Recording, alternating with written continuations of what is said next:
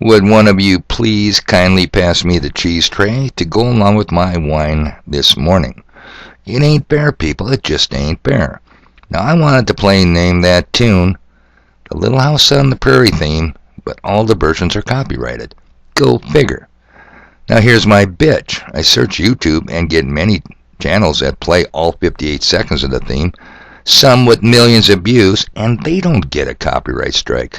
But if I use 10 seconds of it, I get a copyright strike. Now, you tell me that ain't bullshit. Did you guys see the title of this podcast? It's an acronym. It's my new acronym. Lima Hotel Oscar Tango Papa. Yep. And you know what it stands for? Well, Little House on the Prairie. How cool is that? And why would I say that? Why would I put that out there as a title? Because we're going back to Little House on the Prairie, and much sooner than you think. You might want to watch some of the reruns. You might want to get some pointers. What was the inspiration for that? Guess what, people? The Liquor, Guns, Beer, and Tits people added a new letter. More on that in a minute. It is Tuesday, the 18th of April, 2023. So we're told. All right, come on, people. It's not all doom and gloom, even though I strive to be the bad news channel, bad news broadcast. So is there anything at all that a person can look forward to in the future? Well, I say maybe. From Disney on Twitter yesterday, here we go, people. The first ever Disneyland After Dark Pride Night is coming to Disney World during Pride Month in June. The separately ticketed event celebrating the Lima Golf Bravo Tango Quebec India Alpha Plus community along and allies will have themed entertainment, Disney characters, specialty menu items, and more. Now, how's that for a keep you on the edge of your seat teaser for the future? Now, I'm wondering what the themed entertainment is. Ass Pirates of the Caribbean, perhaps? And I don't even care to know what the specific items are on their specialty menu. And did you notice we have a new letter? Yes, Alpha, for asexual.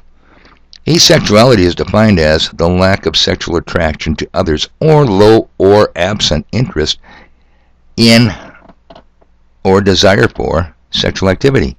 Now, back in the day, way back when, they simply called it old age. Now, that's what I've been told. I would have no personal experience in that matter. And speaking of Disneyland, what about Club 33, huh? Now, 33, where have I ever seen or heard that number before?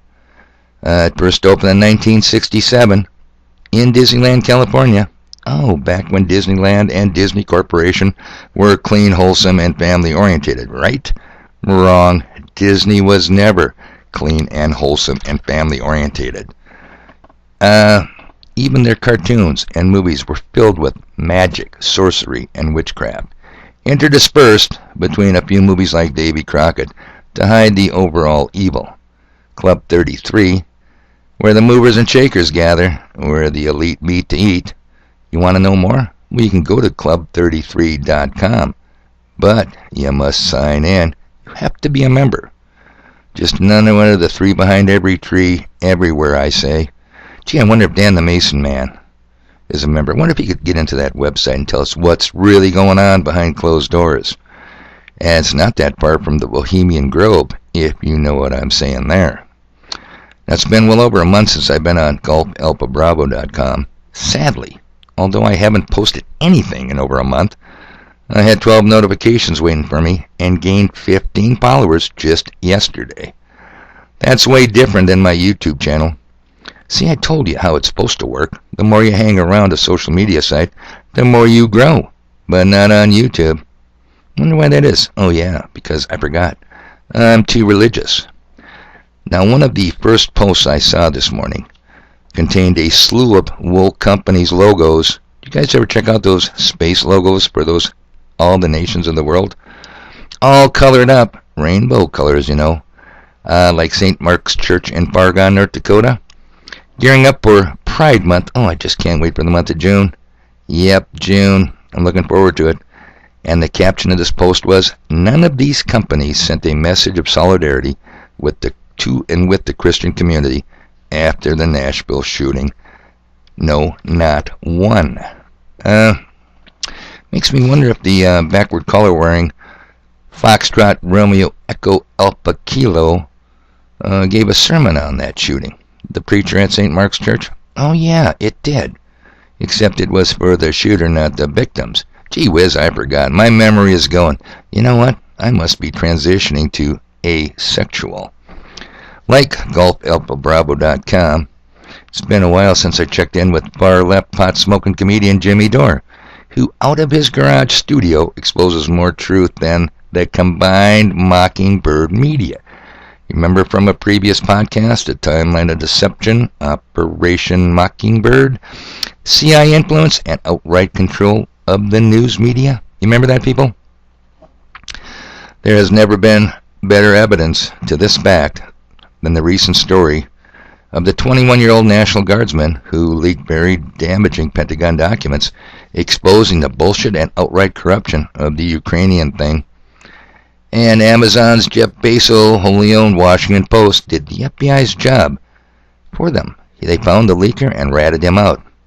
I'd like to play a bit of Jimmy Dore's comments, but his sidekick, Kurt Metzger, keeps interrupting Jimmy, and it's irritating as hell.